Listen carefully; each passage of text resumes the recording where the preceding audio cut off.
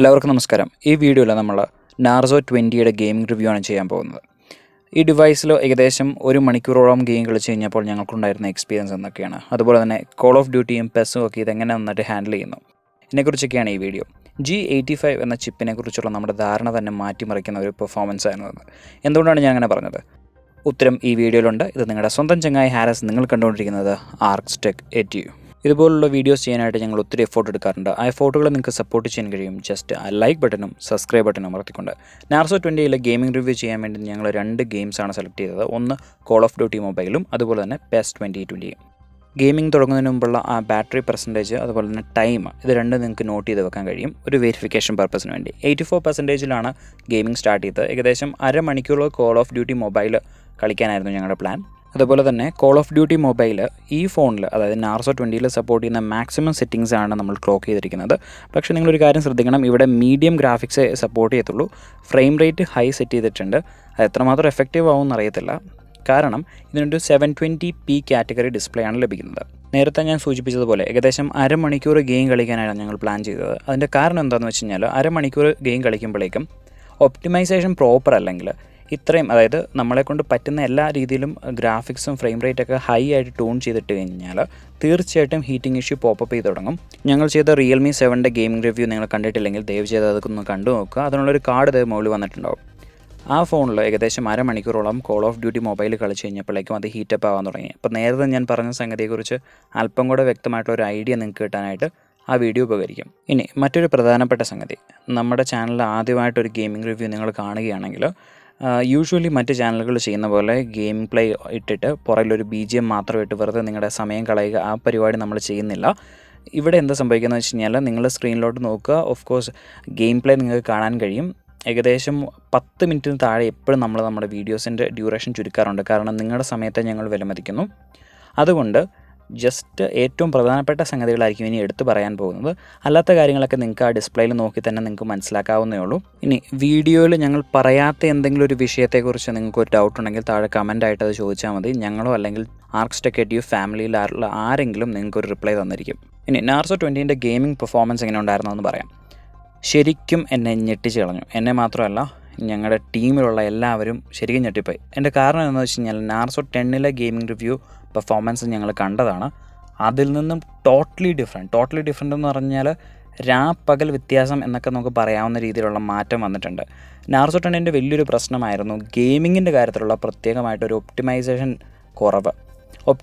കുറവെന്ന് വെച്ച് കഴിഞ്ഞാൽ ചില സാഹചര്യങ്ങളിൽ ഫ്രെയിം ഡ്രോപ്പ്, ലാഗ്, അതുപോലെ തന്നെ ഹീറ്റിങ്, ഇതെല്ലാം വരുന്നുണ്ടായിരുന്നു. കുറച്ച് അപ്ഡേറ്റുകൾക്ക് ശേഷമാണ് നാർസോ 10ൻ്റെ പെർഫോമൻസ് എസ്പെഷ്യലി ഗെയിമിങ്ങിൻ്റെ കാര്യത്തിൽ അല്പം കൂടെ ഒന്ന് ഇമ്പ്രൂവ് ആയത്. ജനറൽ ഡേ ടു ഡേ യൂസേജിൽ നാർസോ 10 കുഴപ്പമില്ലായിരുന്നു. എന്നാൽ നാർസോ 20യുടെ കാര്യത്തിൽ ഡേ ടു ഡേ യൂസേജും അതുപോലെ തന്നെ ഗെയിമിംഗ് പെർഫോമൻസും ഔട്ട് ഓഫ് ദ ബോക്സ് അടിപൊളിയാണ്. ഇപ്പോൾ കഴിഞ്ഞ ഇടയ്ക്കാണ് ഞങ്ങൾ നാർസോ 20യുടെ അൺബോക്സിങ് ചെയ്തത്. കുറച്ച് ദിവസമായിട്ട് അത് യൂസ് ചെയ്തുകൊണ്ട് തന്നെയാണ് ഇരിക്കുന്നത്. ഓവറോൾ പെർഫോമൻസ് ഗെയിമിംഗ് ഇപ്പോൾ പല സാഹചര്യങ്ങളിലും സ്റ്റുഡിയോ ലൈറ്റിൻ്റെ ഇടയ്ക്ക് നല്ല ഹീറ്റിൽ ഇരിക്കുമ്പോൾ പോലും പെർഫോമൻസ് അടിപൊളിയാണ്. ഇനിയിപ്പോൾ അല്ലാതെ കാഷ്വലായിട്ട് ഗെയിമിങ്ങിൻ്റെ സെഷൻസിലും അടിപൊളിയായിട്ടുള്ളൊരു പെർഫോമൻസ് നൽകി. ഓവറോൾ ഫ്രെയിം ഡ്രോപ്പുകളൊന്നുമില്ല, സ്മൂത്തായിട്ട് പോകുന്നു. 720p ഡിസ്പ്ലേ ഉള്ളതുകൊണ്ടായിരിക്കും ഹീറ്റിങ്ങിൻ്റെ കാര്യത്തിൽ നല്ല കൺട്രോളുണ്ട്. Realme 7ലൊരു വലിയ പ്രശ്നം എന്ന് പറഞ്ഞാൽ ഹീറ്റിംഗ് ആയിരുന്നു. പക്ഷേ നാർസോയിൽ അതിന് മാത്രം ഒരു പ്രശ്നം ഉണ്ടായിട്ടില്ല. പൊതുവേ ഞങ്ങൾ ഗെയിമിംഗ് റിവ്യൂ ചെയ്യുമ്പോൾ സൈഡിലൊരു ടൈമറും കൂടെ വെച്ചിട്ടുണ്ടാവും. അതിൻ്റെ കാരണം എന്താണെന്ന് വെച്ച് കഴിഞ്ഞാൽ സമയം അറിയാൻ വേണ്ടി, ഒരു ഹാഫ് അവർ ആകുമ്പോഴേക്കും നിർത്താൻ വേണ്ടി. അപ്പോൾ അതിനൊക്കെ മുമ്പ് തന്നെ ആ ഗെയിമർ, അതായത് ഞാനല്ല കേട്ടോ ഈ ഗെയിം കളിക്കുന്നത്, വേറെ ആളാണ്. അപ്പം പുള്ളിക്കാരൻ പറയും, എടാ നിർത്താറായോ എന്ന് വെച്ചാൽ ഹീറ്റ് ആവാൻ തുടങ്ങുമ്പോഴേക്കും കംപ്ലയിൻറ്റ് വന്ന് തുടങ്ങും, നിർത്താം ഇത് ഇപ്പോൾ ഹീറ്റായി, എന്നാൽ ഓഡിയൻസിനോട് പറഞ്ഞിട്ട് നമുക്ക് നിർത്താം. അപ്പോൾ അങ്ങനൊരു പോയിന്റിലോട്ട് ഞങ്ങൾ എത്താറാണ്. പക്ഷേ നാർസോ 20യിൽ COD അരമണിക്കൂറിന് മുകളിൽ കളിച്ചു. കാരണം പുള്ളിക്കാരൻ അറിഞ്ഞില്ല, പുള്ളിക്കാരൻ ആ മിഷൻ ഫുള്ളും കംപ്ലീറ്റ് ചെയ്തു, ഫസ്റ്റ് റാങ്ക് അടിച്ചു. So it was super smooth. Frame ഡ്രോപ്പിൻ്റെ കാര്യത്തിലും അതിന് മാത്രം ഇഷ്യൂസ് ഉണ്ടായിട്ടില്ല. ലാഗ് ഉണ്ടോ എന്ന് ചോദിച്ചു കഴിഞ്ഞാൽ 2-3 നടത്ത് ഞങ്ങൾ ശ്രദ്ധിച്ചു. ഒന്നാമത്തേതെന്ന് പറയുമ്പോഴേക്കും സ്നൈപ്പൊക്കെ ചെയ്യാൻ വേണ്ടി എയിം ചെയ്ത് വരുമ്പോഴേക്കും പെട്ടെന്ന് നമുക്കൊരു ചേഞ്ച് ഉണ്ടാവണമെങ്കിൽ അവിടെ ഒരു ചെറിയൊരു ലാഗ് പോലെ ഉണ്ടാവുന്നുണ്ട്. വേറെന്ന് പറയുമ്പോൾ വെപ്പൺ ചേഞ്ചൊക്കെ ഉണ്ടാകുന്നൊരു സാഹചര്യത്തിലും അതൊക്കെ ചിലപ്പോൾ ഗെയിമിൻ്റെ ഒപ്റ്റിമൈസേഷൻ ഇഷ്യൂസ് ആയിരിക്കാം. പക്ഷേ അത് ചെറുതായിട്ടൊന്ന് ഡിസ്റ്റർബിംഗ് ആയിട്ട് തോന്നി. പക്ഷേ ബാക്കി എല്ലാ സാഹചര്യങ്ങളിലും നല്ല അടിപൊളിയായിട്ടുള്ള പെർഫോമൻസ് ഉണ്ടായിരുന്നു. പ്രത്യേകിച്ച് വീഡിയോ എലമെൻറ്റുകളുടെ ക്വാളിറ്റിയുടെ കാര്യത്തിൽ 720p ഡിസ്പ്ലേ ഉള്ളെങ്കിലും അത്യാവശ്യം വൃത്തിയായിട്ടെല്ലാം ഹാൻഡിൽ ചെയ്തിട്ടുണ്ട്. ആ ഡിസ്പ്ലേ ക്വാളിറ്റിയുടെ കാര്യത്തിൽ ഇനി ഞാൻ ഒത്തിരി പറയണ്ടല്ലോ, അത് പറഞ്ഞു കഴിഞ്ഞാൽ ചുമ്മാ ഡീഗ്രേഡിങ് പോലെ നിങ്ങൾക്ക് തോന്നും. ഇതിനൊരു 720p ഡിസ്പ്ലേ ആണ് വരുന്നത്. Why not 1080p? അതെനിക്കൊരു വലിയ ചോദ്യമായിട്ട് ഇപ്പോഴും റിയൽമിയോട് ചോദിക്കാനുണ്ട്. പക്ഷേ ഈ ഡിസ്പ്ലേയിൽ ചെയ്യാൻ പറ്റുന്നതിൻ്റെ മാക്സിമം ചെയ്യുന്നുണ്ട്. ആവശ്യത്തിന് ബ്രൈറ്റ്നസ് ഉണ്ട്, കളേഴ്സ് എല്ലാം പറ്റുന്നത്രയും ആക്യുറേറ്റ് ആണ്. ഒരു 720p ഡിസ്പ്ലേയിൽ നമുക്ക് കിട്ടുന്ന ഏറ്റവും ബെസ്റ്റ് വീഡിയോ എലമെൻറ്റ് ക്വാളിറ്റി ലഭിക്കുന്നുണ്ട്. സോ 3 ഏരിയാസ് കവർ ചെയ്തിട്ടുണ്ട്: വീഡിയോ എലമെൻറ്റ് ക്വാളിറ്റി, റെസ്പോൺസ്, അതുപോലെ തന്നെ എന്തെങ്കിലും ഒരു റെസ്പോൺസ് കുറവുണ്ടെങ്കിൽ അത്. അപ്പോൾ ഇത്രയും കാര്യങ്ങൾ പറഞ്ഞു. ഇനി ബാറ്ററി ഡ്രോപ്പ് എത്ര ഉണ്ടായെന്ന് പറയാം. 84% ബാറ്ററി ആയിട്ട് 3 മണിക്ക് തുടങ്ങിയ ഗെയിം പ്ലേ ആണ്. 3:35 ആയപ്പോഴേക്കും ഗെയിം പ്ലേ തീരുമ്പോഴേക്കും 78% ബാറ്ററി പിന്നെയുമുണ്ട്. എക്സെപ്ഷണൽ എന്ന് പറഞ്ഞാൽ ഇതാണ് കഥ. അടിപൊളി പൊളിച്ചെന്ന് പറഞ്ഞാൽ വെറും 6% ഡ്രോപ്പ്. ഒരു കാര്യം പ്രത്യേകം ശ്രദ്ധിക്കണം, ഞങ്ങൾ വൈഫൈയിലാണ് ഗെയിം പ്ലേ നടത്തിയത്. ഒരു സിം ഇട്ട് കഴിയുമ്പോഴേക്കും ചെറുതായിട്ടൊരു വ്യത്യാസം കൂടെ ഉണ്ടായേക്കാം. പക്ഷേ ഒരു 10% പോലും ഡിഫറൻസ് ഉണ്ടായില്ല എന്ന് പറയുമ്പോഴേക്കും 6000 mAh ബാറ്ററി ഉണ്ട് എന്ന് പറയുന്നത് കോമഡിയല്ല. പിന്നെ പ്രത്യേകിച്ച് ഇതിന് 720p പാനലായതുകൊണ്ട് അത്ര വലുതായിട്ടൊരു ഡ്രോപ്പ് നമുക്ക് പ്രതീക്ഷിക്കുകയും വേണ്ട. അപ്പോൾ നിങ്ങളൊരു കാഷ്വൽ ഗെയിമറാണ്, ഇടയ്ക്കൊക്കെ ഫോൺ എടുത്തൊന്ന് ഗെയിം കളിക്കും, പക്ഷേ ഒത്തിരി ബാറ്ററി ഡ്രോപ്പ് ഒന്നും ഉണ്ടാകാൻ പാടില്ല.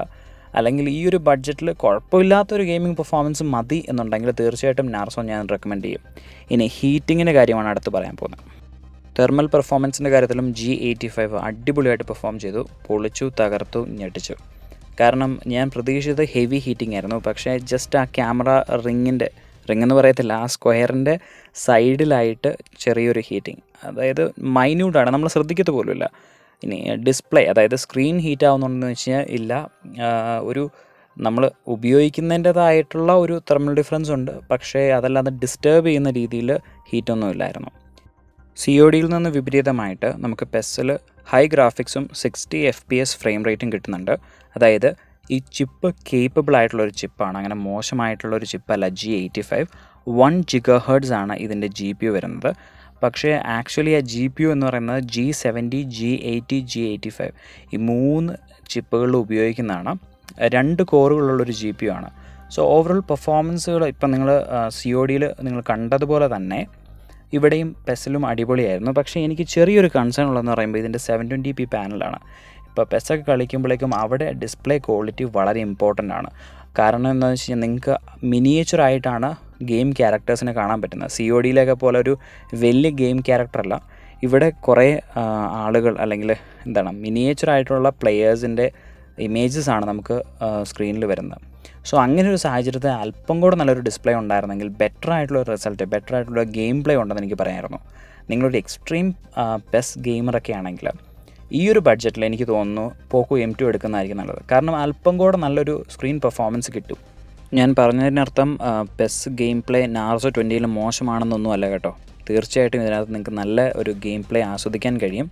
ഒരു ലാഗോ അല്ലെങ്കിൽ സ്റ്റട്ടറോ അങ്ങനത്തെ കാര്യങ്ങളൊന്നും ഉണ്ടാവില്ല. ഇനി വേറെ ചിലർ പറയുന്നുണ്ടാവും എന്തായാലും മിനിയേച്ചറായിട്ടാണ് കാണുന്നത്, അതിനെന്തിനാണ് ഇപ്പോൾ ഒരു 1080p ഡിസ്പ്ലേ, 720 ആണെങ്കിലും കുഴപ്പമില്ലല്ലോ.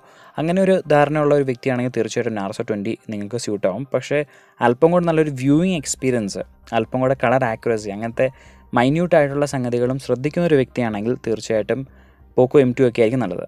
ഇനി ഏതാണ് സ്ക്രീൻ കാസ്റ്റ് ചെയ്യാൻ അല്ലെങ്കിൽ നിങ്ങൾക്ക് സ്ക്രീൻ റെക്കോർഡ് ചെയ്തത് പിന്നീട് ടെലികാസ്റ്റ് ചെയ്യാൻ ഏറ്റവും സ്യൂട്ടബിൾ എന്ന് ചോദിച്ചു കഴിഞ്ഞാൽ അതും ഞാൻ പോക്കോ M2 തന്നെ പറയും. കാരണം അതിൻ്റെ 1080p ഡിസ്പ്ലേയും അതുപോലെ തന്നെ അല്പം കൂടെ ഇമ്പ്രൂവ്ഡ് ആയിട്ടുള്ള പെർഫോമൻസുമാണ്. പക്ഷേ നിങ്ങൾക്ക് ഇതിനകത്തും സ്ക്രീൻ റെക്കോർഡ് ചെയ്യാൻ പറ്റുമോ എന്ന് ചോദിച്ചാൽ ഓഫ് കോഴ്സ് തീർച്ചയായിട്ടും പറ്റും. ഇതിൻ്റെ ചിപ്പ് കേപ്പബിളാണ്, നിങ്ങൾക്ക് സ്ക്രീൻ റെക്കോർഡ് ചെയ്യാം. ഇപ്പോൾ ഞങ്ങൾ സ്റ്റോക്ക് കണ്ടീഷനിലാണ് ടെസ്റ്റ് ചെയ്തത്. അതായത് ഇതിനകത്ത് കൂടുതൽ ആപ്പുകളൊന്നുമില്ല. ഇപ്പോൾ നിങ്ങൾ ഈ ഫോൺ മേടിച്ച് കൂടുതൽ ആപ്പുകളൊക്കെ ഇൻസ്റ്റാൾ ചെയ്തിട്ടാണ് സ്ക്രീൻ റെക്കോർഡ് ചെയ്യുന്നതെങ്കിൽ അന്നേരം പെർഫോമൻസിൽ വേരിയേഷൻസ് ഉണ്ടായിരിക്കാം. അപ്പോൾ ഇത്ര നേരം പറഞ്ഞൊക്കെയാണ് ഞങ്ങളുടെ ഒരു എക്സ്പീരിയൻസ്.